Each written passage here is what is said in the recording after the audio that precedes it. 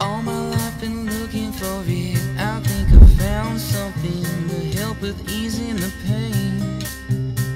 This voice inside my head isn't dead, I think it's growing. Soon we will be one and the same. I've been going to the